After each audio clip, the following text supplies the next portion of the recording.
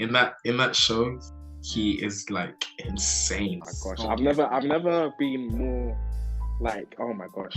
Yeah, because I fractured my wrist. That guy, what's his name again? The BMF guy, your cousin. Eric. Dude, I just know that he's crazy. Because it's like, what the fuck are you doing? This guy's such a menace. Anything in property, I'm interested in like heavily. So if that's quantity surveying, project management, if it's within property, I'm like all for it. First it has to be power, then like snowboard, and then like Turkey. Like power book 2, and then BMF is right there. Why did you have to put power book 2 there and not BMF? If you can change that, we can get you on the pod. You know what? I'll change that. But yeah. You know Lola Brooke, the one who did don't play with him, don't play with it. That's the business aspect of it. Trying to think in a property investor's mind and then sell it to a property investor. But from early, my mum picked up that I wouldn't be as like social and I wouldn't do as much activities as the other kids in like nursery and reception. So she had a thought that I may be like dyslexic or have like ADHD. I have a Bible study. Yes, that's gonna be my bread and butter. Right? He's still like, he's not up there at Drake level, but like, you know, he's still coming up, bro. Don't sleep on him, bitch. I'm on the edge of my seat. Before you watch this video, I just want to say Merry Christmas, everyone. I hope you are feeling very festive as we lead up towards December and towards Christmas time. And I hope I can channel more positive energy towards you through my podcast on this very amazing period of time. Before you delve into the video, I want to ask for a massive favor. We are coming towards the end of season 1 of the podcast. Season 2 is going to drop real soon though. But before we go into season 2, if you haven't caught up on some episodes yet, make sure you click the links up in the corner of the video right now to catch up on those. I promise you, we had some amazing conversations. We've had Brentford coaches, Brentford trainers, CEOs, co-founders, psychologists, A-star students, and so many inspirational people. So don't miss out. Make sure you catch up on season 1 because season 2 is going to be even better, even bigger. I'm going to be bringing some amazing content. Thank you for tuning in. Make sure you subscribe and let's get straight into the video.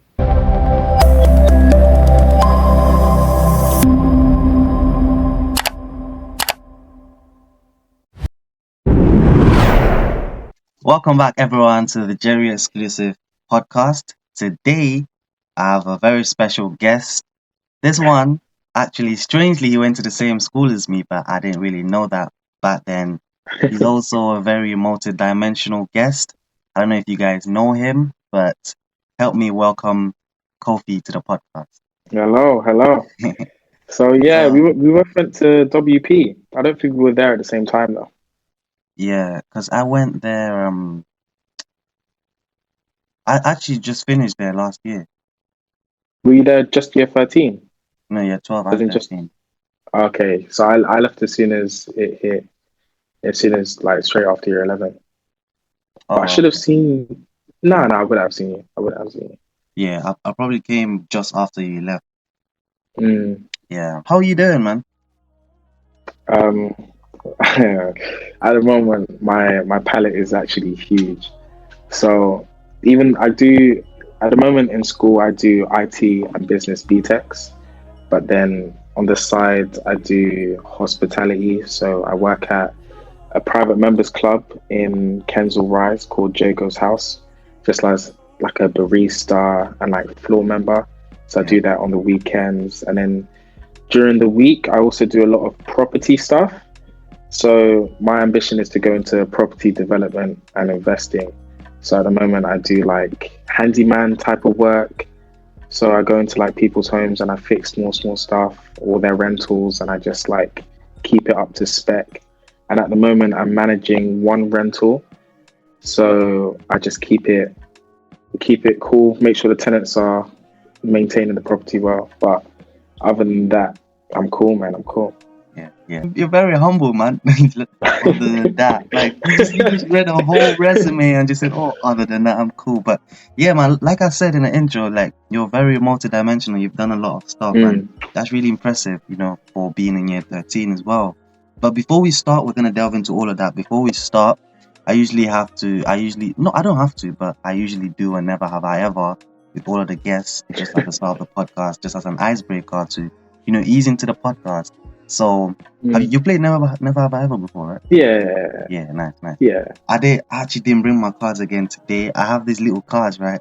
I keep saying I'm gonna bring them. These little cards that say I have and I have never on them, but I keep forgetting. So instead, if you have done something, just put a thumbs up. If you haven't, do a thumbs down. Cool. So the first question is: never have I ever seen a ghost. I've not seen a ghost, not just yet. Yeah. I mean, there's times where you think you're seeing something on the side of your eye, but it's just your brain messing with you, innit? Yeah, I've never seen a ghost. Second question: never have I ever gone to a party that I wasn't invited to.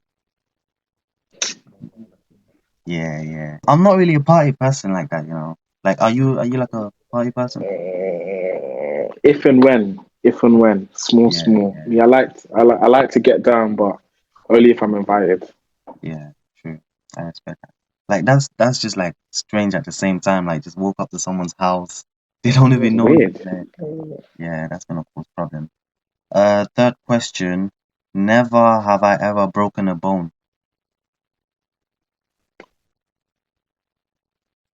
I don't know. Or sideways? What? Yeah, because how is it sideways? I fractured my wrist in like year 8, but that's not broken. I mean, a Or does fracture it? is a break, though, isn't it? Yeah. So I'm guessing it wasn't like a clean break, though, just like a. It wasn't a clean. It was literally like a hairline fracture, but it hurt so much. It hurt so much. Yeah, I'm guessing you're playing football. Not even. It was during like. Oh, I can't. It was like the Astro. When the Astro is wet, we were just like playing some random like chasing game, and I must have slipped, and then. Oh. It just. Yeah. I get that. I don't know. Anyways, thankfully I haven't broken a bone. I don't want to ever experience that in my whole life, man. It's just one of those things. I just don't want it. Keep that away from me. It's not worth it, But man. Not worth it. Last question. Never have I ever met a celebrity. Oh. Yeah. What celebrity did you meet? Well, I'm gonna count my cousin's as like no, I shouldn't put quotations. He's a celebrity. He's an actor in this TV show. I don't think anyone in the UK would have heard of it.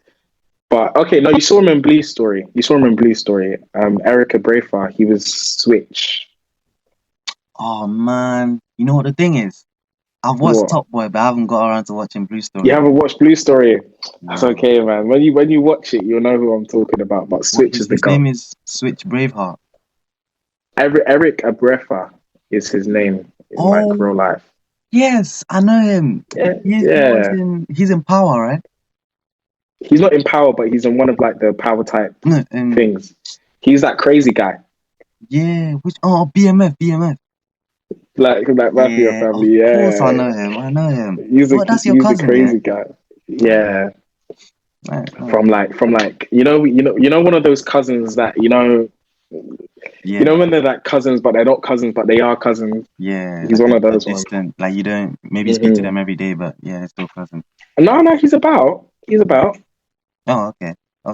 So I'm guessing he must like be traveling a lot though, like back and forth. Oh yeah, he's in America most times. Yeah. Yeah, that is crazy. What about you? Who did you meet?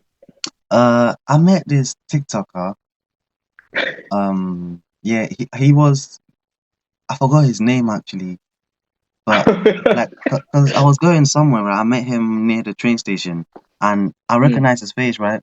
So I just walked up to him. I wasn't sure, so I was being respectful. I was just like, "Yo, I'm sorry if I got you misprofiled, but are you the guy on TikTok who does blah blah blah?" Like, oh yeah, that's me. Like, oh shit, okay. And then I was like, yo, that's really good content you're doing. Do you have any advice? Blah blah blah.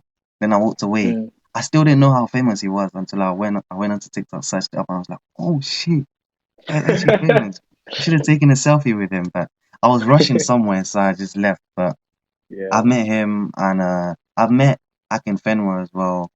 But Really? I met a couple of people. Akinfenwa is huge in person, man. I mean, he's huge on camera as well. Huge.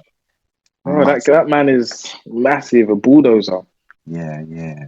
But that guy, the what's his name again? The BMF guy, your cousin. Eric. Eric Abrifa. He's a legend, I can't lie. Like, He is, I can't lie. That yeah, show, oh my gosh. so I've never been more like, oh my gosh. yeah. Literally, I'm on the edge of my seat. Every time a season comes out, every week, I'm waiting for it, man. BMF, Meech, all of the characters. Meech, oh my gosh. Yeah, I love it. I love bro, I BMF so love it much. so much. But yeah, man, that's actually a revelation. I did not know that your cousin is a massive superstar. But yeah, man, that's it for the Never Have I Ever questions. You know, we learned a lot during this Never Have I Ever. That's why I do them. We You know, you definitely learn a have. lot about people. You never So know. I just wanna have you give a quick little summary about like your life and your education, like in terms of where were you born first of all, and how Mm, was your early childhood, how was your early education, what kind of things did mm. you learn, what kind of like introductions or things that inspired you or events that led you through education to become the person who you are now. 100%. I was born and raised in London, and I lived in Southwood. Do you know Golf Links? Golf Links Estate? No, I know South. No? Few people know Golf Links. So I used to live in Golf Links, and I was there until maybe like year four, year two, year three or four. And my childhood was pretty standard, to be honest with you. So my family, we do childcare. So my mum was a childminder, aunties were childminders.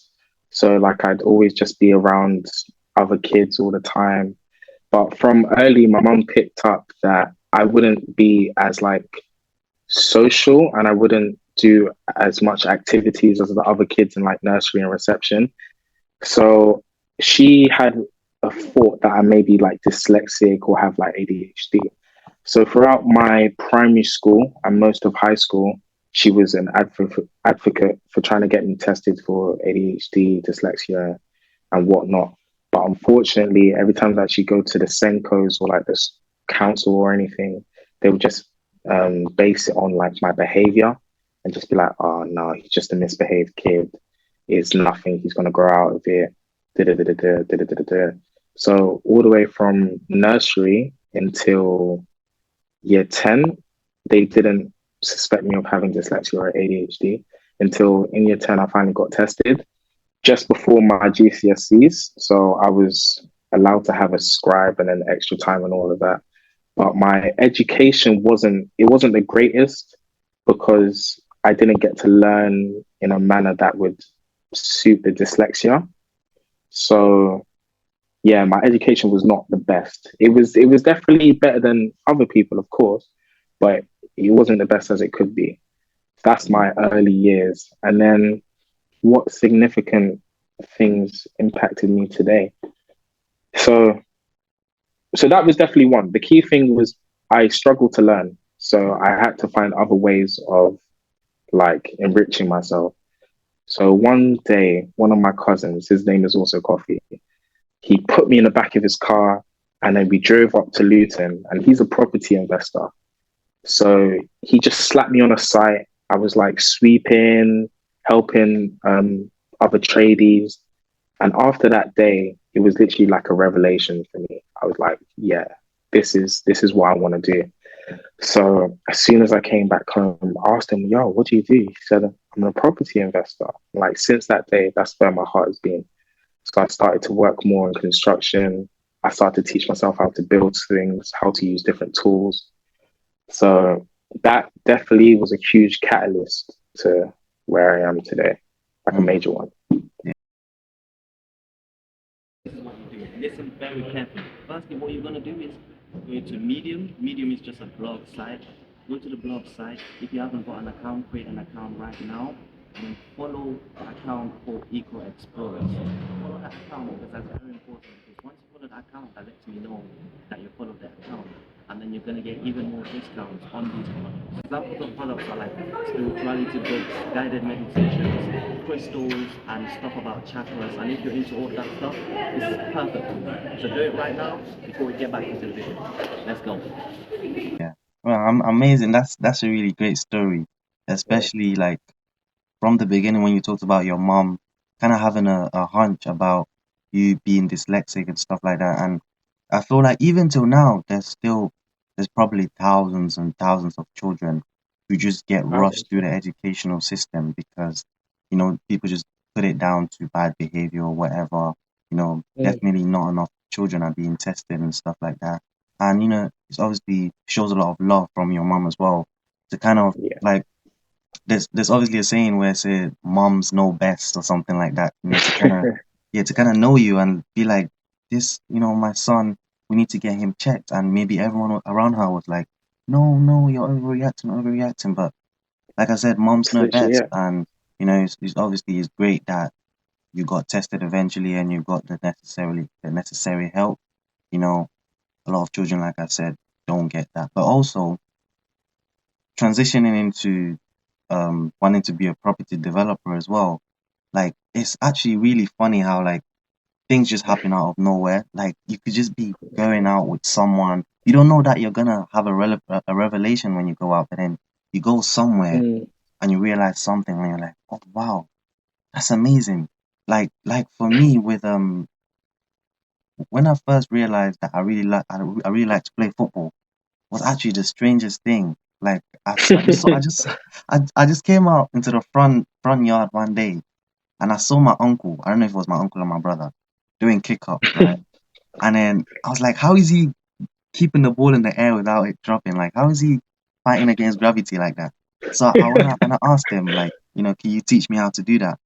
And so he taught me over the coming 2 or 3 weeks how to do kick-ups. And ever since then, like I just fell in love with football. So it's really exciting and like, it's interesting that you can find passion in the most unusual ways. And for you found your love for property development. And like I can see you've done some work experience in that as well. Like you even had a qualification recently, right? Like for fire safety within construction. That obviously shows that you're laying down the steps and you're working towards your passion as well. Talking about your experience as well, I wanna touch up slightly on your most recent experience in I don't know if you pronounce it right, Sior property.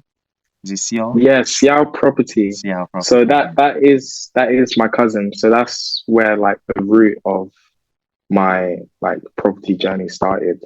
So it wasn't, do you know what? To be honest with you, it wasn't really like it's not structured. It's more like because it's family, it's more like when things are happening and if I'm there, I'm going to be as active as I can. So it literally started that day. And then anytime he would have a project on, I'd kind of like go over to his house in that morning. I wouldn't even tell him I'm coming. I'll just be there. And then he would just slap me in the car and then we'd be on site. And it's been one of the greatest things for me, like one of the greatest things for me. Yeah, and it's obviously, like you said, one of the greatest experiences, not just because of you're passionate about property development, but also when it's with family. I feel like when you do things with people that you know and love and you've grown up with, there's slightly less pressure and there's more freedom to experiment and to explore yourself and to be more adventurous. 100%. Like if you go do it with some massive company, which will still be good, but like there might be some more rigidity if you go do it with a massive property developer somewhere. They might not give you the freedom that maybe you necessarily want to thrive. But like with your cousin, you can be like, yo, bro, let me try this out. Let me do this out. Yo, bro, let me do this. Let me do this. Yeah, definitely. He honestly, he let me have so much freedom. Like, for example, this house that I'm in at the moment, when it was being done, he would just pick me up. He would leave me here. He would just leave me here with other tradies, and he would just be like, "That's your boss today," and I would learn the ins and outs. And like, if I could do that again and again and again for the first time, I would do it. It was amazing.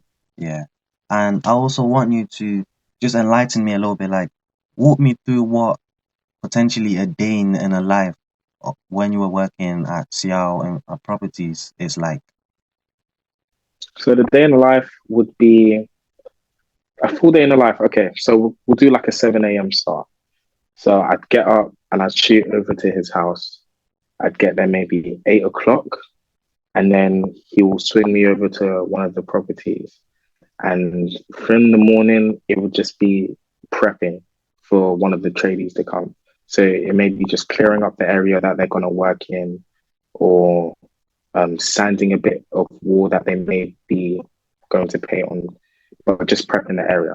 Once the tradies come, most likely, most of the time, he would either shoot back home and do more bureaucracy, like more paperwork and stuff like that, and leave me on the site with the tradies, or he would stay about and just like be active in other roles. So if one tradie's here, he'd be over there. But I would mainly stick with one person. So whilst we were doing this current property, I would be with this man. His name was Dash, we called him, and he was like a painter slash decorator. So he would give me the sandpaper, teach me how to sand the wall. I'll sand one wall. He would come and be like, "No, that's not correct."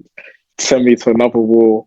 He'd finish up cleaning that wall, and he'd check that wall. No, that's not correct, until I got it correct, and like the bouncing off walls just to see where I went wrong. Not really getting shamed for doing it wrong, but just like given second chances. Yeah. And then how would the day end? The day end would be the same as how it started, prepping for the next day. So cleaning up what work has happened during that day, Yeah. and getting prepped for what tradies will come the next. Yeah. Right. That sounds like a really productive day. Obviously sounds like you're learning a lot, which is, what you Yeah. want.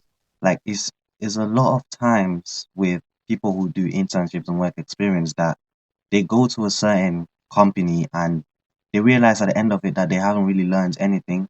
They've just been sitting there and maybe just being in some pointless meetings and presentations, but they actually haven't got to see the actual functions and the roles and things that are actually being worked on. So, from what I hear, you actually learned a lot, and you were actually doing, doing the sanding and everything. And like, how hard is sanding, by the way? Like, isn't it? Because I might be being narrow-minded here, but I thought it was easy. I said this wall is light work. yeah. He came. He looked at this wall. He looked at me. He asked me if I was being serious. It's not easy. It's not easy. You get cramp in your elbow. It's not easy, man. You have to keep going back and forth. Yeah, because like literally when you were talking about that, I was thinking as well. Isn't sanding supposed to be easy? But I guess it's not. It's not. But to be fair, I can't. He's a perfectionist. Like, he will never leave a property in a state that he wouldn't live in. Yeah. And if he won't live in it, then it's not good enough. So he will send you back, and he will just keep hounding you until it's spot on. Which I love, because I've taken that on myself and I apply it to literally everything I do. So even when I'm working in hospitality, like, I'm a barista. So when I make coffees, if I don't think I drink it myself, I wouldn't serve it. I just I love how I've taken that on. That's one of my, I'm just so thankful. Yeah, 100%. I love to hear that, man. Like, obviously keeping yourself to a high standard. Like, I'm coming up with all these sayings today, but there's a saying where it's like, how you do something is how you do everything. And obviously that's what you're doing, and it's a great place to start and to keep your standards high like that. I also want to delve a little bit into, like, with your internship with Seattle Properties. Were there any like experiences where you had to delve into the world of like business? Like, obviously when you develop these houses, do you then have to go on to like try and market it or try and be like a broker in some ways? Personally, no. Personally, he would take that on to his own thing, and he'd just do it himself, because like, he knows how. Like, it's one of those things where you wouldn't really take input from something. Like, if you need it to be rented out soon, sending it over to me wouldn't be a good like financial decision, because I wouldn't get it done on time, because I don't know how. However, recently I've started to do something called deal sourcing, or like, I've tried to get into deal sourcing, which is finding properties that investors like and then trying to sell it to them. So last month even I came across this property, and I put together a pitch and I sent it to him, and he was just like, yeah, this is not good enough. And to most people it would be like, oh, why is he just saying it's not good enough? But it really pushed me to create something that I would like really want to buy. And then when I sent it over the next time, it's like, it's getting better. And then you keep on working on it. You keep on working on it. So that's the business aspect of it. Trying to think in a property investor's mind Mm-hmm. and then sell it to a property investor. But that's not something that I learned with his company. That's something I learned from checking his like back history Yeah. and like reflecting. Yeah, I like that that's you're the experience. taking it upon yourself to have the initiative to actually say, you know what, this is what I want to do. I'm gonna do it. I'm gonna take a risk. Doesn't matter if it isn't good at the first try. I'll do it again and then again and again Yeah. and again. And eventually you get there. So I'm kind of guessing here. Is house flipping something that you would be interested in? Me, Yeah, yes, that's gonna be my bread and butter. yeah, That is going to be my bread and yeah. butter. So Because yeah, currently, at the moment, I'm looking to get into an apprenticeship, hopefully in commercial real estate. If not commercial real estate, any type of anything in property, I'm interested in like heavily. So if that's quantity surveying, project management, if it's within property, I'm like all for it. So I'm part of this network called the Black Apprentice Network, which is basically this big group with apprentices from here and there. And I would join it as an aspiring apprentice and tell people what I plan to get into. And then there'll be some people that are in the companies that are apprentices that are black that can support me. And then I reach out to them, they help me. And it's like, it's beautiful. Like, honestly, it's beautiful. nice. I like it. Every time you talk about, property development, like I could just see your eyes light up. Like I can see you're very passionate about Honestly, it. I Yeah, love it. I love yeah. it. It's very amazing to see because not very people are very passionate about what they're doing. Some people just do it as a job, which is nothing wrong with that. But it's amazing to see someone who's actually really, absorbed into what they're doing.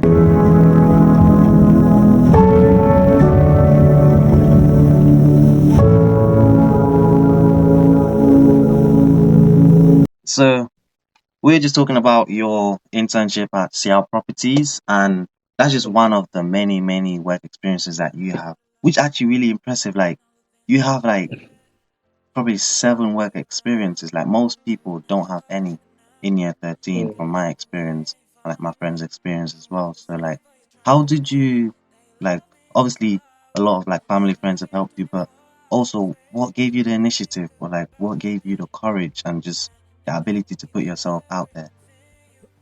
So, if I'm being honest with you, with Seattle Property, when I started, it was less of an internship and more you're gonna just be chilling with your older cousin type of vibe.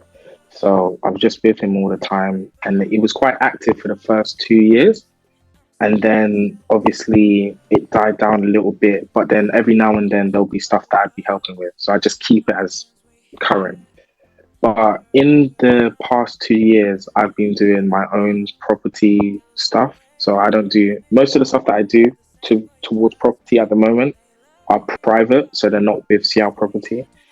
So, for example, the property maintenance and services that I do, so I get that mainly through the connections I make at work. So people, when you talk to clients, they say, "Oh, I have this property that needs a little bit of a tidy up. This thing doesn't work. This doesn't work." Yeah. So then I get the number and I go in myself. So that one wouldn't be underneath CR Property. That would be myself. Mm. So most of my like endeavor to get these work experiences is literally just because I want to learn more. Like I literally just want to learn more. Mm. So as soon as I turned 16, I knew if I want to become a property developer, I need to build capital. So I went into Oxygen, worked there for a year, and then one of my managers got a job at the private members club, which I now work at. She knew my work ethic is amazing and like I really put my all into it. So she brought me along.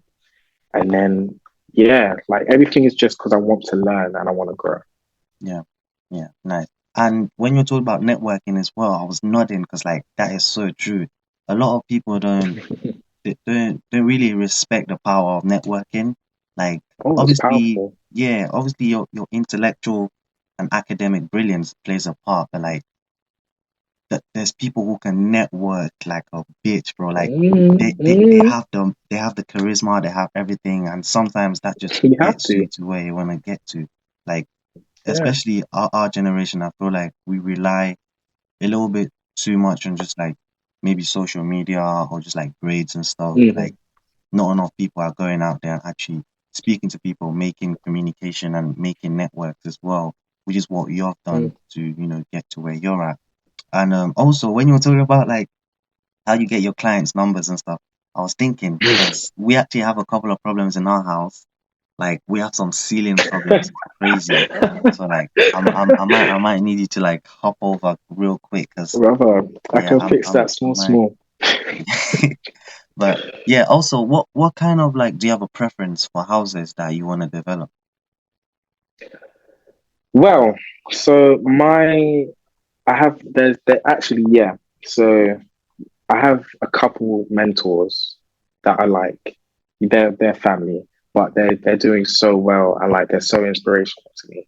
So I have one of them. Her name is Mandy Narco. Nyako. I don't know how to say it like in English way.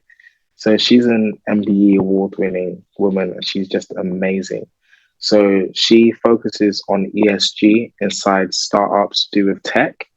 And when I speak to her about ESG, it's just like, wow, wow, wow. But I wanted to see if I could implement that into my property journey. So when I do plan to do my own investments, I plan to work within like sustainable measures. And like I want to meet all of my like sustainable targets. So like you see, who are those people that were barricading all the roads and stuff? Insulate Britain, like insulating homes, making sure that the lights switch off automatically. All of these small, small things just to make the environment a little bit better. That's one of my niches that I will have in property. You're China, talking about like one of your ESG. people and the type of properties that you invest in. So the type of properties that I want to invest in are, I do really want to invest in student accommodation. And so I will be targeting like student cities, making safe. Like my thing is like obviously because of my internship, I have a thing for like everything to be perfect and to only be building things that I would live in. And a lot of these student accommodations aren't fit for people to live in. For example, like my cousin, her student accommodation's got mold and stuff. That is not something that I want to be putting my tenants. So like you're talking about student accommodation and stuff, which I think really resonates with just the whole landscape of society right now. Because I know Grenfell was quite a while ago, but actually like in Grenfell, there were several reports about like how there was some obvious, poor quality in the Yeah. materials that were used that were just overlooked by like the, Mm. the, the developers and the regulators and stuff. Like in terms of like the sheets, I forgot what the sheet is called, but certain sheets that Yeah. were supposed to be different sheets, but the people just didn't care because it was cheaper. So things like that is it's Yeah. it's great to see that you're paying attention to things like that.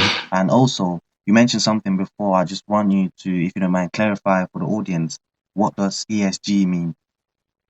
So ESG is the environmental social governance. I hope I'm saying that correctly. Let me just check. Let me just check. Give me 1 second. Yeah. Yeah, environmental, social, corporate governance. Yeah. So it can be, from my understanding, it could be more than just like sustainability, but more on the social side. Like, is the accommodation even, is the rent worth what it is? Am I supporting like normal living families? Is it too high? Is it too low? There's like everything that I'm doing working with society. That's what I take it as. Yeah. Nice. It's really impressive when you mention that because I didn't know what ESG meant until I I did didn't an either. yeah, until I did an internship at a bank. So like to see that you're actually like applying yourself in the real world, not just in an isolated manner, as in, oh, I want to develop properties, make money, blah blah blah. But you're actually like, you know what? Let's go further. Let's do student accommodation. Let's improve sustainability and stuff like that. Has sustainability always been something that you've been interested in, or has it been a recent To thing? be honest with, no, no. But I did study geography as a GCSE, so that was like my first like introduction to sustainability. And at first, I was like, okay, yeah, this is bad, but is it that deep?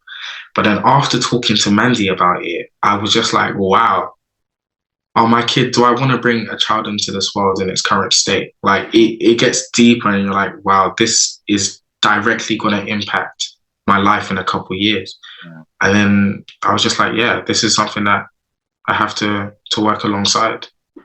Yeah, amazing. It's impressive that you're looking forward, obviously, not just what's in front of you, but what's in the future as well. And you mentioned you want to have kids. What, you're thinking of kids already? Of course. Okay, Me, that's I'm Christian. I'm yeah, Christian. So like my whole everything that I do is for my family now, my family in the future. yeah. So I mean, I don't play games, man. I respect that. How many kids do you want? I need three. I need Three. three. I need Wow. three. I come from a big family, and Yeah, in my like big family cousins wise, but then in my house it's just me and my brother. yeah, And sometimes I hate my brother, and there's not a third person to go to. So I'm thinking if I was yeah, if I had another sibling, yeah. so I just have to Yeah, do I that for know. my kids real quick. I know. There's always so much beef within brothers, man. Like brothers fight so I love him much. now. Yeah, I love him now. But yeah. when I was younger, that guy was a op. No, it's actually crazy how the transition happens in it. Because same with my brother as well. When we were younger, from like when I was like from the age of 5 to 10, we were like enemies, bro. We used to Mm, fight every single time. But then from like 10 till now, which I'm 19 now, it's like we like soulmates now. There's never any yeah, problems. You know, man. we just get along well. I don't know if it's just like time just like heals everything, or like we're just getting more mature and stuff. But yeah, we used to fight so much, but now it's all cool. But what? So you want all like boys, or boy kids, or you want daughters as Nah, well? me, I don't mind. Whatever God blesses me with, I'm happy. Yeah, I respect that. Well, let's talk a little bit about your like your certifications and stuff, because Okay. you've So done at the some. moment, I have Yeah, three three ones that are like really good to me, and then there's a couple that I want to be chasing in the future. So obviously, fire safety within construction is crucial. It's so crucial. We saw in Grenfell, yeah, like the most minute things could change someone's whole life. And just looking forward on my property journey and doing student accommodation, everything has to be to standard. So just to have a little insight onto what I need to do in the future now is crucial to me. And then obviously to go alongside that, first aid. First aid is also like that one was something I really, really, really wanted to get because there's been a couple of incidences, not only in my family, but like just in general, where if someone knew first aid and was present, that person could still be like with us. mm, So it's something that I thought was just crucial for me to get. So yeah, that's one of them. And then obviously the last one. What was the last one? Food and hygiene. Food and hygiene, that's just a standard. Working in hospitality, something you have to have. yeah, So those are my three like walk around qualifications. yeah. But in future, I look to get a lot more. I look to get a lot more. Hopefully, within the next 18 months, I'll be able to get a level 2 in childcare because my family have a nursery in Park Royal and I like to go there sometimes. And even though it doesn't directly correlate with my future plans, it's something that I do have an interest in and I would love to support. Yeah, So I would love to get a qualification in that. yeah, definitely. Like, why not? If you could do it, then do it. Just Like, do why it, not as man. well? You won't lose anything from that. And I feel like that's really important as well, like getting those certifications and like things that people might not think is important, like first aid and stuff, like the other like protocols for like spotting if someone has a stroke and things like that, which people might take for It's granted. So crucial. like you could be walking down the street, someone's having a stroke right next to you and you don't know. But you know, Mm. someone who has that qualification to be able to step in right there and save a life. So like I said, it's amazing that you're taking these things into hand and like you're like building a ladder for yourself, you know, with all these qualifications to get you closer to where you're trying to get to. So yeah, I was actually just about to ask, like, is there any other qualifications that you're looking to get? And you know, the childcare one, are there any like property related qualifications that maybe you got your Property eye on? related ones, I would like to get a real estate license in the far future. And then obviously I would like to get licensed for HMOs. So What's that? just to be able to HMO, so home with multiple occupiers. Mm, So that would be like for student accommodation, or like if I, let's say I wanted to flip a house that's currently a 2 bed and then make it a 4 bed, and I wanted to have 4 tenants in there that don't know each other. So I wouldn't rent it as like a family home, but just by room. I would yeah, have to have a license for that to see that the property and the landlord is fit. yeah, yeah. Nice. Speaking about your other work experiences as well, I'm interested a little bit in your your your your work in oxygen, right? How did you like get it? I'm guessing that was your first job, right? That was like my first on paper job. It was Yeah, the best. yeah, yeah. It was First jobs are honestly the always a best little bit. experience. What was the best experience? I didn't want to, I did not want to leave. I didn't want to leave. Really? Yeah. Oh, I wow. was like it, honestly, it was so weird. So when I started, it was August. So I was fresh 16. I was searching on Indeed. I applied to it. I got the emails like, yeah, I did the interview. I got a call and I was literally like running around my room. I was like, yeah, I got the job. I got the job. Yeah. At that time, we were earning £7.50 an hour. And I don't know how I survived, but I worked so much. Like I worked every weekend, every Friday. And like it was the best experience ever. Like everyone was so young, everyone was friendly, managers were nice. Mm, But then obviously after being there a year, I knew all the ins and outs. It was becoming too normal. Like, you know, when I have a thing, right? I feel like comfort makes me weak. mm, So I like to put myself in a situation that I'm not used to and then build that resilience and then move on to the next thing. yeah. So with oxygen, I just got too comfortable. Mm, I was still putting my best into it, but I just got too comfortable. yeah. And when I got the opportunity to move, I took it. But it was amazing. It was amazing. Nice. That's actually I was asking that because usually people's first jobs are the ones that, you know, they just don't like, oh man, this is so bad, this is so long. Like that's my experience with my friends. Their first job is always the one that maybe they just did it for money, but it's actually interesting that you Mm, actually cherished every moment and you enjoyed it to the fullest. I think the only reason really is me being a Ghanaian. Like hospitality is is like embedded in me. So like if people are coming around the house, my mom would cook a feast. If there was a party, everyone's getting served, everyone's getting the same treatment. So I've grown up like surrounded by hospitality in different like areas, different types. So Yeah. when I'm coming into oxygen and it's like you have to do this to make money now, is nothing new. I've been doing it for the past 16 years. Yeah. So it was just lovely. That is that thing as well with in African culture, with African parents, where like y- y- like when you like walk into someone's house, it's like they force you to eat. It's like, come on, just eat something. Sit down, eat. Just eat. Come on, just eat, eat. Like it's such a welcoming culture, but it's like, no, I don't want to eat, but like it just forces you to eat. So like I could definitely relate to what you're saying. Like I didn't know you were Ghanaian though. Is that like both My your name is parents are from Kofi. Ghana? Yeah, both Oh, my okay. parents are from Ghana. My name is a strong Ghanaian name, Kofi. Oh. You won't meet someone that's not Ghanaian with my name. That's the thing. That's why I didn't realize. because I'm really good with Nigerian names, like the Nambis and the Chibis and all of Damn, those. look like. Yeah, so Nigerian, man. Like literally, as soon as I hear it, I'm like ding ding ding ding. I just know. I know immediately. Like if you tell me your name is Neka, like Nambi, Chidos, yeah, like or like something like that, I just know immediately. But with Ghana, I haven't got to like learning the culture as well yet. But like, I'm gonna ask you a serious question now. Who makes the best Okay. jollof rice? Ghana, Cameroon, or Nigeria? Why is Cameroon in the mix? Why is Cameroon there? Why is Cameroon? I'm from Cameroon. What, you're trying to Bro, say Cameroon? Cameroon? you're not part of the thing, bro. I'm so sorry. Oh, wow. I'm so sorry. It's either Ghana or Nigeria, and the answer is Ghana. I'm so sorry. I'm so sorry. Okay. It's Ghana. Okay. I can respect that. What's the Cameroons make jollof.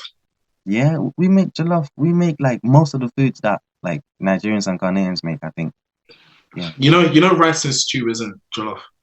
No. No, I'm not talking about rice and stew, bro. I'm talking about actual jollof, like orange, yellow looking jollof. You know that's. I'm sorry, man. Cameroon got to sit this one out. I'm gonna have to take that L. I'm gonna have to take that L. What's the national dish of Ghana? Is it not jollof? Is it? It has to be. I thought it'd be like, if it's not jollof, it has to be a mutuo. A mutuo is like, pound rice. Yeah. So you have pound rice and you have this peanut soup. Yeah. And it's just, oh my gosh. Yeah.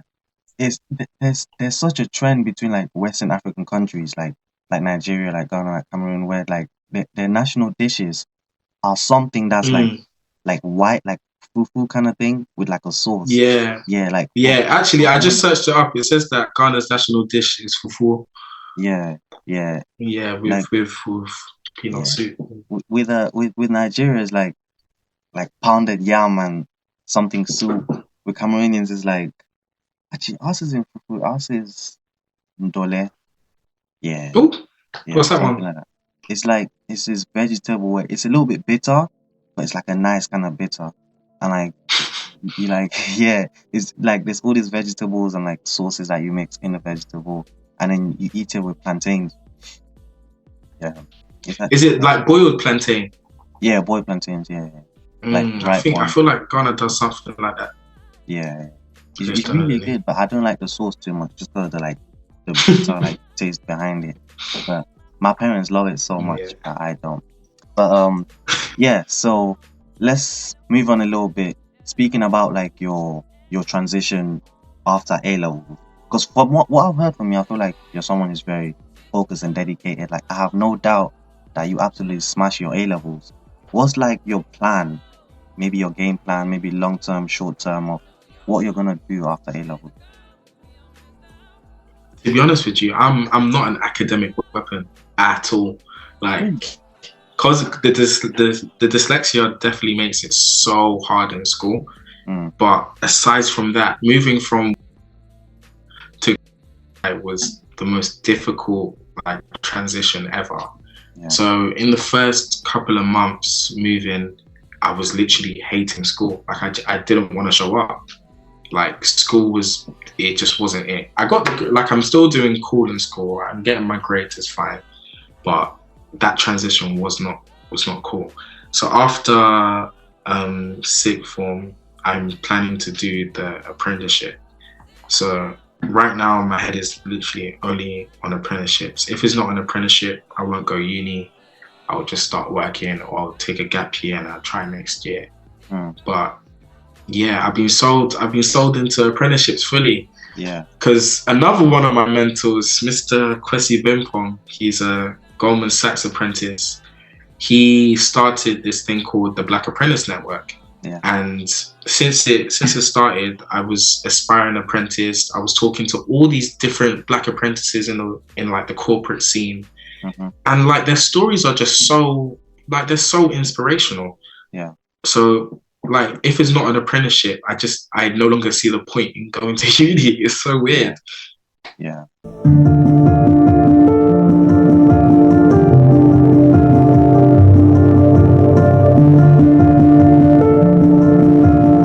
I can respect that you're focused and like you're fixed and determined on where you want to go. Like I was actually speaking to a friend of mine yesterday or 2 days ago. Like I was telling her apprenticeships are literally the future. Like in the next 5-10 years, everyone's going to be doing apprenticeships because it's so practical. This year there's been recently a medicine apprenticeship introduced, so like there's going to be more courses and subjects and stuff that you could do, and like university is still great. Like if you want to be a lawyer and stuff like that, university you get that deep knowledge and the theory. Yeah.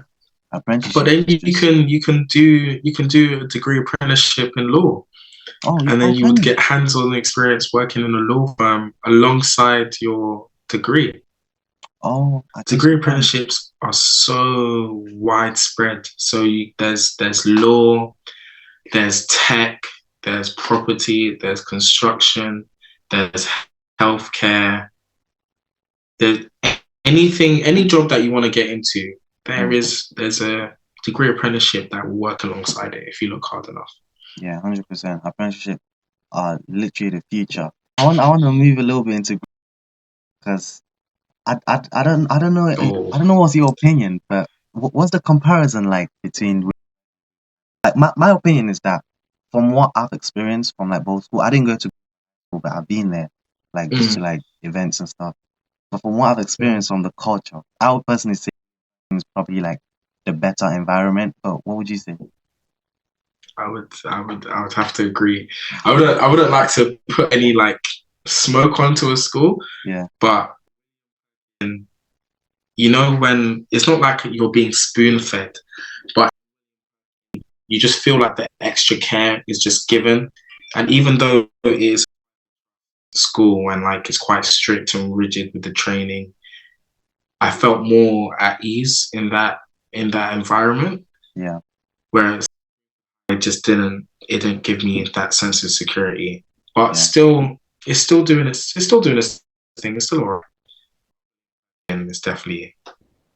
I can agree 100% because I moved from year 11 into sixth form to a different school school, which I feel like it's similar experience of that. Yeah. You went to. Yeah. I just knew that reaction was coming, but like I went there from year 7, probably year 7 to year 9. I would say it was much better, the environment, than it was from year 9 to year 11. But I would agree with you as well that you get more support, more resources, just more facilities, everything. But I would say the one thing that maybe I struggled with a little bit was just the strictness, because it isn't as strict. There's a little bit more freedom. So I come into and they're like, "Let me check your folder every week." I'm like, no, like I don't do folders. Like I'm not a note person. I'm not a note taking person. Just like the whole folder thing was strange to me. And like, yeah, I was just very fluid, and I like to be a little bit free with the way I approach my studying. But that's something I did struggle with. But yeah, is an interesting case. I definitely say that. But yeah, have you done any research on like degree apprenticeships and stuff? Oh yeah, so I have a whole spreadsheet, like a full spreadsheet on all the degree apprenticeships that I plan to apply to. So one of my top ones is Savills. Like I'd really love to join Savills because they're an estate agent that I've seen my whole life. I've seen some of their work. Like I know some people that have worked there before, and like their stories are so inspirational. So that's one of the main ones. But yeah, like I have a full spreadsheet of all the apprenticeships that I'm looking to go to. And if it wasn't for the Black Apprentice Network, like I would have no clue where to look. It's nice when you have like a guide, like maybe a society or a network that you're part of. Like for me, I joined I got a lot of help when it comes to my research for post 18 pathways from like platforms like Upskill Me and the Sutton Trust something, and societies and like platforms like that helped me a lot. Like same with you, if I was just doing it by myself, I would be completely lost, like literally. And talking about like your planning for degree apprenticeship, what's your sort of like your criteria? What do you look for? Do you like look for maybe the pay or like the work environment, the job No, satisfaction? no.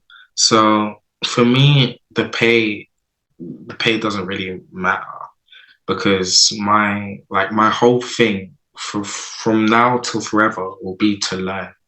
So I'll be looking for places that's culture fits my personal culture. So with Savills, their three main cultures are being entrepreneurial, acting with integrity, and what's the last one? I can't remember. I can't remember the last one. But even just those two, being entrepreneurial, I go and I offer to fix people's homes for them. That's one in like acting with integrity, making sure that everything I do is to the right spec. Like if I can find a company that fits my own beliefs, then I'll be more than happy to work for them. I like that approach, talking in terms of the culture and the standards of wherever you're working in. Because yeah, I mean, pay can be good, but at the end of the day, if you don't really like where you're working at, and you don't feel like you're in the right place or you fit in, it might just be really hard to get up every day in the morning and do that job. So Yeah. it's nice that you're looking in that direction. And also, what's some other maybe other backups or like plans for degree apprenticeship wise? Like obviously Oh, you have so Savills at there's the top, but like do you have any other that you're really oh strongly looking for? there's Mace, there's Barack groups, there's CBRE, there's so many. There's so many. There's ISG. Mm, Like the spreadsheet is extensive, and yeah. each one of them are places that I see myself in. Oh, nice. Well, are you Like gonna there's try not there's not one that's greater to any of them. or there's no like rank or anything like that? No, no, no, no, no. Oh, okay, nice. So are you gonna like apply to all of them or yeah? Oh, Yeah, okay. I have to open my chances as wide as possible, and then Yeah, hopefully I get accepted into all of them, and yeah, the decision is on me to choose like where my heart is going to be for the next 5 years. yeah, yeah. Do you know what the recruitment process is like? Like, do you have to do an online interview and stuff like that? And if so, Yeah, like, how so is that like? for degree apprenticeships, the recruitment process is your application. If your application is approved, then you go to an assessment center. After the assessment center, if you get past that, you'd go to an online interview or like an online call, or you either do like a video interview. And then there's a stage after that, which is like a more physical interview, more like seeing what you can do. And then you either get the yes or the no or the offers. Mm, nice. Have you done any like public speaking in the past or like interview training or anything like that? Or are you just naturally, ready and confident? So I would say most of my public speaking has come from working within hospitality. So I used to be a party host in Oxygen. So that was like all the little kids' birthday parties. You'd have to communicate with the children, the parents, everyone that is there. And it just like really helped me to just start speaking openly. So I would do this one thing, right? So let's say there was a whole school, I even have a video on my phone. Let's say there's a whole school of like year sevens. They would all come to Oxygen at the same time, and they would kind of just be left with someone to like handle them. Most of the time, no one wanted to do it, so I would jump forward and I'd do it. So I'd be screaming at them, socks, wristbands, come on, guys, let's get energized. And then we throw them in, and it's like, yeah. So that's like one of my biggest like growing experiences for my public speaking. Yeah, yeah, nice.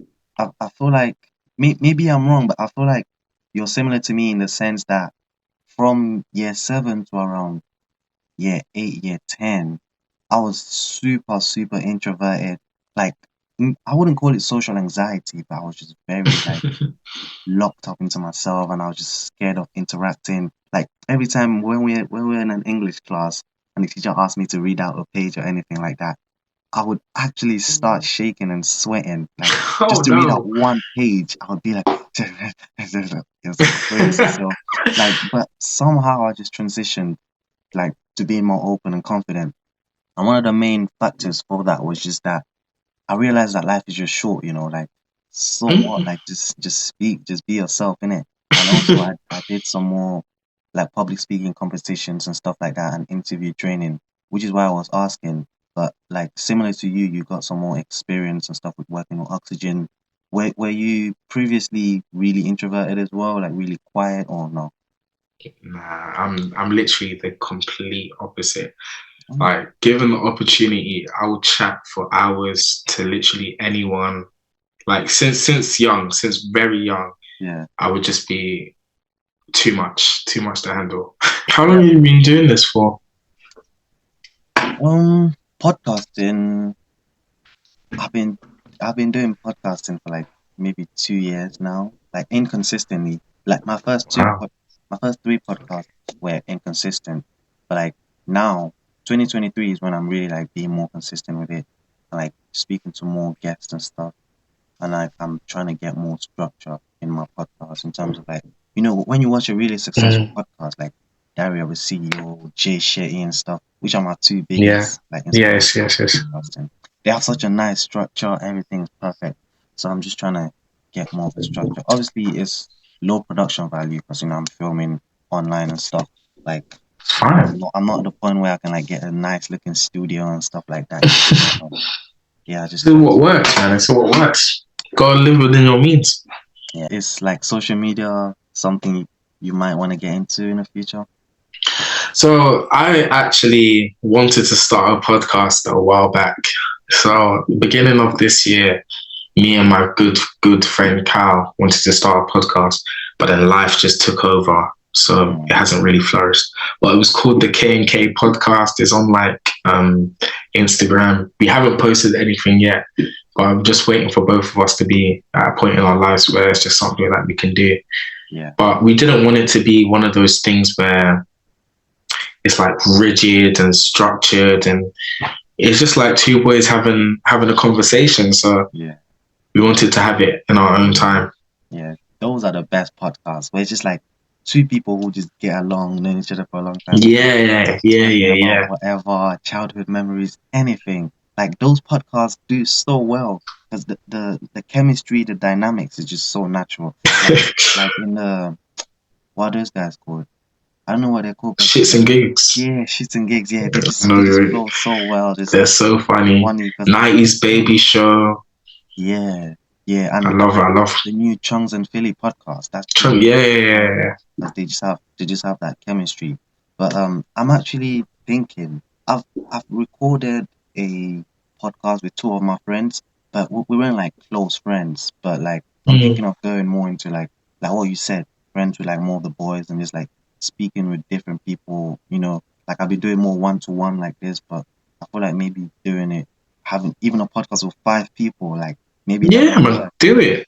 Yeah, I'm definitely gonna like explore that a little bit more. But anytime you do have a podcast, man, definitely invite me on. 100%, man. Talk about BMF all day. First it has to be Power, then like Snowfall, and then like Turkey. Like Power Book 2, and then BMF is right there. Bro, why did you have to put Power Book 2 there and not BMF? If you can change that, we can get you on the pod. You know what? I'll change that. But yeah, just for the pod. Yeah, but that was actually crazy when you said like your cousin is what's his character name in the what's going on? I don't know. I can't remember the last time I watched it. It's been a hot second because every time I see him, it's like it is literally just my cousin to me. So I don't really like dig into it. I just know that he's crazy in that show. He is like insane. Yeah, he's not well at all. Yeah. That's what makes him such a great character because it's like, what the fuck are you doing? This guy's such a menace. Like, but I would be just like him. If I could, I'd be that crazy. Yeah. He's so funny, man. And like when you like see him in person, is there any like parts of him where it's like, oh, I can see that in the character when I watch? No. Is he like completely? No, like he's not a lunatic.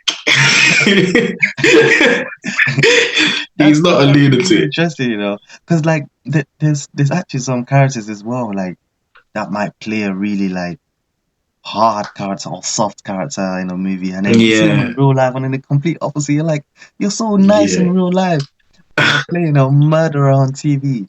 But that is very interesting. Like that, your cousin is a massive star. But yeah, man, are you? Is acting something that you are maybe gonna be interested in? Like, When I was younger, when I was younger, it was.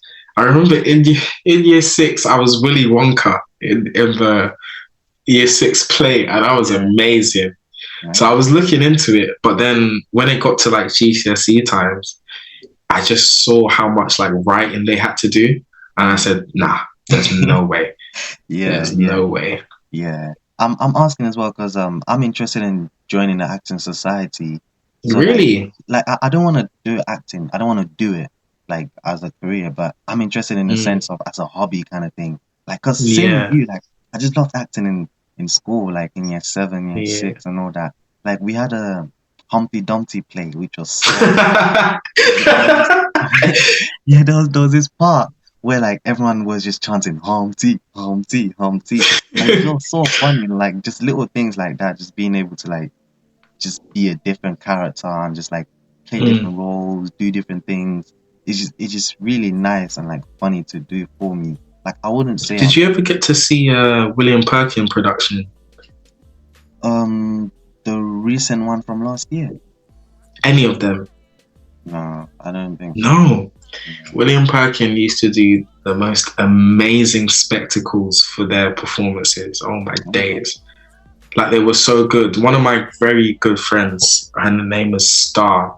She goes to Brit school and she's an incredible actor, singer. Like she's just amazing, like amazing. Kind of like plays was it? Was it like religious So stuff? they, no, no, no, no, no, no, no. So there was like Greece.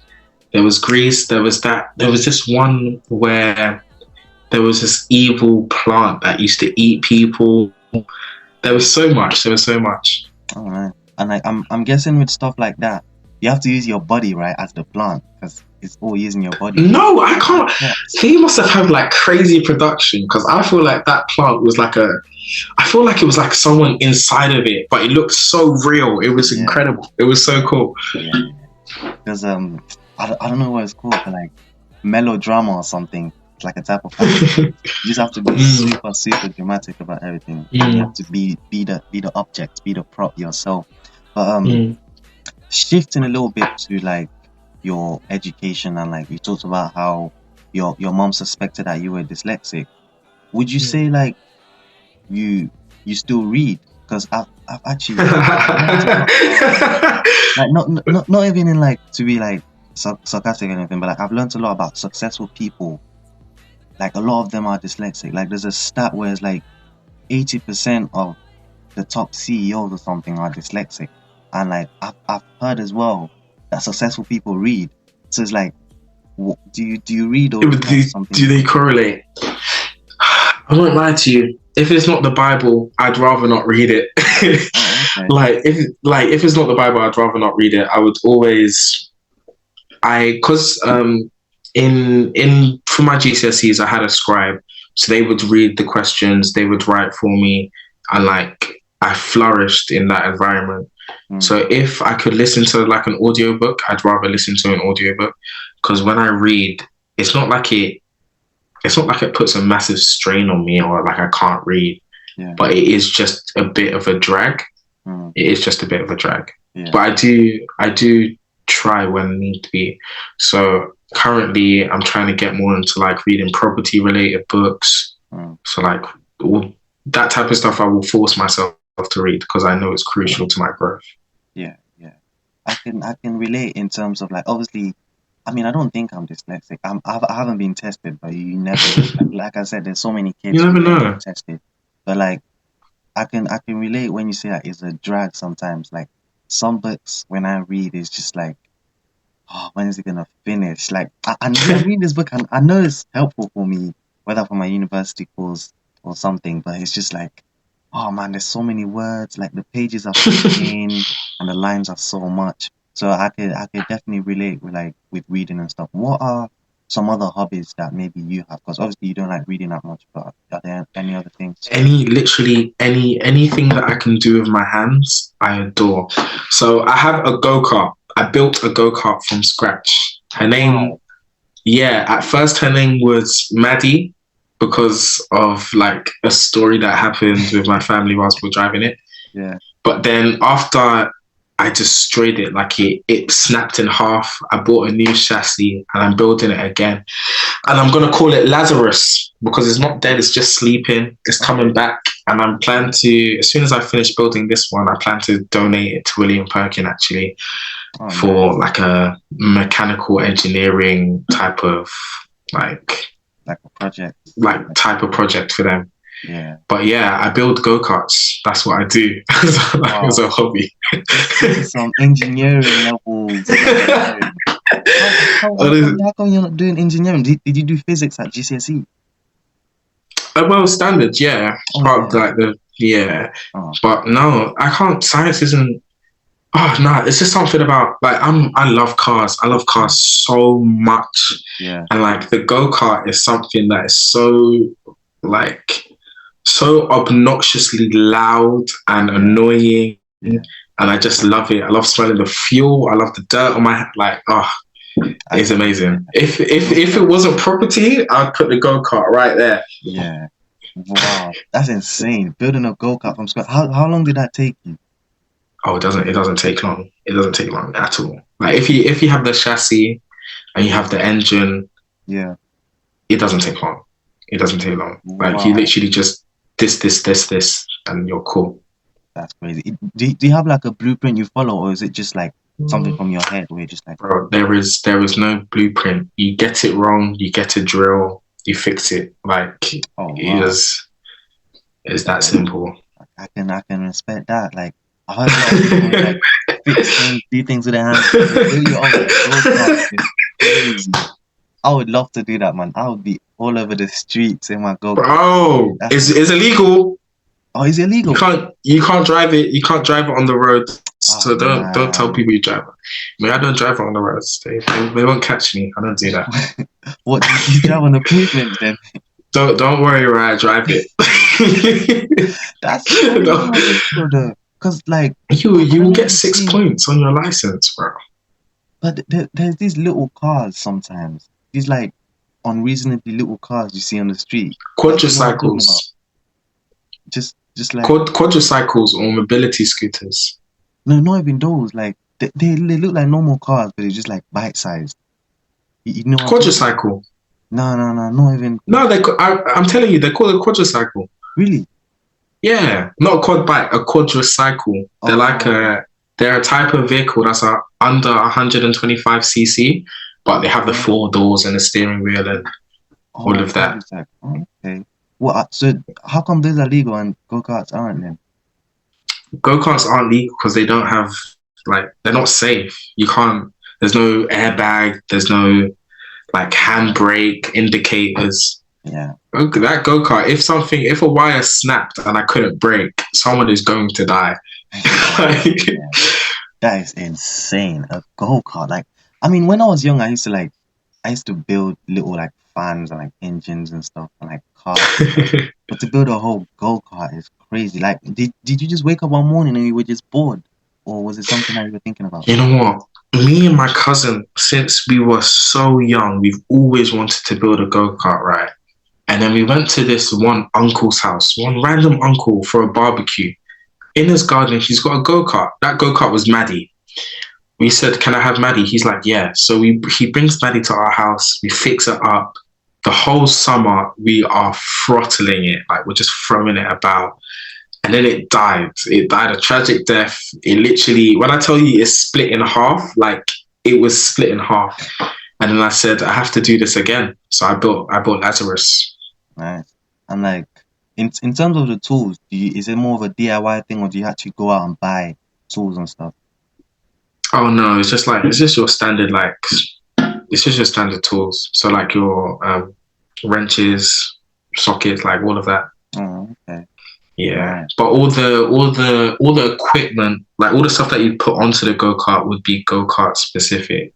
Yeah. So like for like the sprockets. They have to work with the engine size. Yeah. The axles have to be like, yeah, all of that stuff. You'd have to go to a special go-kart site to get them. Nice. I'm assuming your parents were like a little bit skeptical because Oh, they do. My dad is like, my dad likes it because he's like, yeah, car, yeah. yeah, My mum absolutely hates it. She hates every single thing about it. She yeah, hates how much money I waste on it. yeah, She hates how dangerous it is. yeah, But yeah. life have to live, man. I know, man. I know. I was asking that because I could definitely picture it with my parents. They'll probably be like, "Why are you wasting all your time on this? You could be using this time to study." Like I could definitely picture that with like, if I was building a go-kart or something with my parents, they'll be on me every day. Like, stop wasting your time. This is silly. This is Bro, silly. But yeah, that's insane that you can build go-karts. Do you have any like surprising hobbies that you're hiding under your sleeve? other than making go-karts, I don't think so. I don't think anything is as crazy as that. No. Nice. That's insane, man. How was, Oh well, rock climbing. Rock climbing is up there. oh, really? Well, like Yeah. outdoors or indoors? Indoors, there's this one in like White City that I go to. It's Oh, pretty cool. nice. Is that like what you do for your physical activity? Because I know some people don't go to the Yeah. gym, they just like do activities. I hate the gym. Like, it's me and the gym got a love-hate relationship. Yeah, One couple of months I'm loving it. If not, I'm hating it. But I go rock climbing if I don't go gym. yeah, yeah. I can relate. I mean, I don't hate the gym, but I can relate in a sense that sometimes the gym can become a little bit repetitive, and you're like, Yeah. why am I just clanging out around circular weights around every single day? Like, I just want to do something that's a little bit more dynamic and just like natural. Mm, So like, I can mm. I can relate with that. Is that like is physical activity like your almost like your therapy, your release, like when you go rock climbing, or do you have No, something else that you like? no. My release is like, I'm generally like a really like faith-driven person. Yeah, So me and God are boys for real. yeah, So like, I grew up in the church. My dad's a pastor. My uncle's pastors. We have a church in Popper as well. mm, And if my head is not in the right place, I just turn to God. That's my yeah. only. It's my God, family, and then my friends are like my free breakaways from reality. I love that, man. I love that. I could definitely relate with that. Like I'm heavily religious as well. I've been Baptist my whole life, Christian, and I do read my Bible regularly. I've started on this thing. I started it like 6 months ago where I'm trying to read through the whole Bible, like as if it's a book. So like I read Mm, one verse a day, and right now I'm on Numbers chapter 19 or something. Like mm. I can't like obviously I love reading the Bible. You learn a lot of lessons, but there are some times where I'm like, why did that happen? Why did they do that? Just random stuff. But I Oh, can relate with you in terms of like really like praying to God and religiously driven. Like God is your release to a certain extent. For me as well, in addition to like religion, I like to meditate and I go to the gym as well a lot. I love playing football. Like I'm a physical activity kind of guy, and mm. I used to like building stuff with my hands as well when I was young, and that's why I was asking, did you do physics for GCSE? So I'm guessing you didn't do it for A level either. No, no. Oh, okay. That's So what subject? A level is just IT and business. Oh, two. You're allowed to do two subjects. They're BTECs. They're BTECs. So IT is one level three, which is equivalent to one A level, and then the business is Oh, a double business, so it's equivalent to two. oh, yeah, yeah. I forgot. I completely forgot about that. But what kind of like do you do coding in IT? I'm assuming. No, not in IT. IT is more software driven. It's more how to use the computer, Yeah. whereas computer science is more the coding aspect. Oh, okay. Was that something that you strategically thought about, like to help you property development or no? Yeah, well, it was, yeah. So In like year 9, we had to pick our GCSE like options, and these times I was really good friends with my friend Kyle, and every day we'd walk home from school, and I just tell him my dream to be a property developer. And whilst we were choosing options, I was like, the only thing that's going to benefit or push towards this goal is IT. And then I had so many good teachers. I had so many good teachers which like motivated me to just continue on for A levels. So I had a teacher called Miss Yard who left in beginning of year 11. Yeah. And she was amazing. She really pushed me to do IT. And then after that, I had Mr. London. And Mr. London is like no other teacher I've met before. Yeah. Like, so, like, you know, when a teacher's like making you want to learn, like, it was incredible. Yeah. So, like, I'm so happy to have had him. Yeah, it's definitely important, like to have a network about you, like a support system, not just from your family, like teachers and like the environment and stuff like that. Which I feel like that's something that you have a lot of. Like you have a solid support system, like religiously, Solid. with your family, with your friends, you know, your cousins, everyone. And it's amazing to see, which obviously I'm sure you can agree that definitely pushes you every day, subconsciously and Every single day. consciously. Like you wake up, you see all these people, you're like, these people want the best for me, you know, I should want the best for me as Yeah. well. And Do you know what? One of my cousins lives on my road, and this cousin, he's achieved so much in his life. Literally every time to get out of my road, I have to pass his house. And every time I pass his house, I'm just like, I have to make it. Like, I have to make it. yeah, It's just like every day is a driver, like, get on your Zoom, man, get on your Zoom. yeah. And like literally I was just talking to someone this morning or afternoon. I was talking about how like I don't understand how people sometimes can afford to be like just don't care about certain things, because it's like you had like ancestors that were like flipping doing hard manual labor for you to be here, doing serious stuff. Ancestors went through so much trouble, so much like suffering for you to be here. So like to be lazy or to be like just flipping about stuff is just not, it's not an option All right. to a certain degree. No, it's not. Yeah, it's just like we just have it not easy, but like probably much easier than a lot of people in Dude, the past who have laid down the foundations for us. And yeah, it's great that you're looking forward. I'm extremely privileged, and I'm so thankful for it. Yeah. So thankful for it. That's amazing to hear. Well, we've come to the last segment of the podcast, and in this segment, I usually ask the guests to like, if they have anything to give like a like inspirational message to people listening, like something you want them to take with them today. It could be like literally one sentence. Like there's people who don't have anything to say, and that's fine. But what would you say to people watching? Oh, what would I say? It's not easy. To be honest with you, the main thing I'd say is chop life. Don't let life chop you, man. Oh, I like that. Chop life. Yeah, don't let life chop you.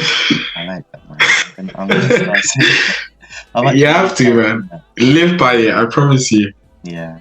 Is that like? Because I know a couple of people have actual mantras that like they say to themselves like every day. Do you have a mantra or like a motto that is? What's a mantra? Nah, I don't have a mantra. I don't have a mantra, but I can't. My music is my mantra. So if I need that push, I'm putting on Future, and we're getting out that door, man. Yeah. That is a toxic music taste. Yeah. Just toxic, bro. Oh my god. Music's god. I put on Stick Talk. Future he's up there.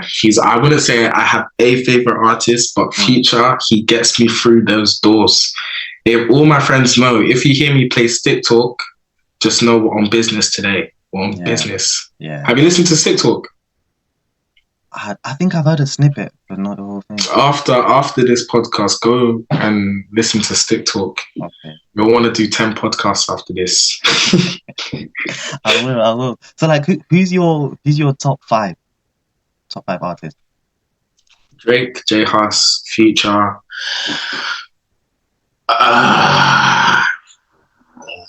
Erica Badu, um, and then Marvin Sapp in the own gospel. Nice. I like that you have a wide range of like music taste. Yeah. Oh, it's huge. a lot of people like, I mean, there's nothing wrong with like most people you speak to is like drill. Nah. Like this. But like, I feel like it's important as well to appreciate different tastes as well. Like, there's nothing wrong with liking this and liking that and liking another thing, liking classical music or whatever. Like, classical music is hard. Yeah, like it puts me to sleep, bro. Mozart did his thing. So relaxing. But yeah, I mean, I'll say Drake is probably in my top 5, top 10 as well. What's your top 5? Put me on a spot here.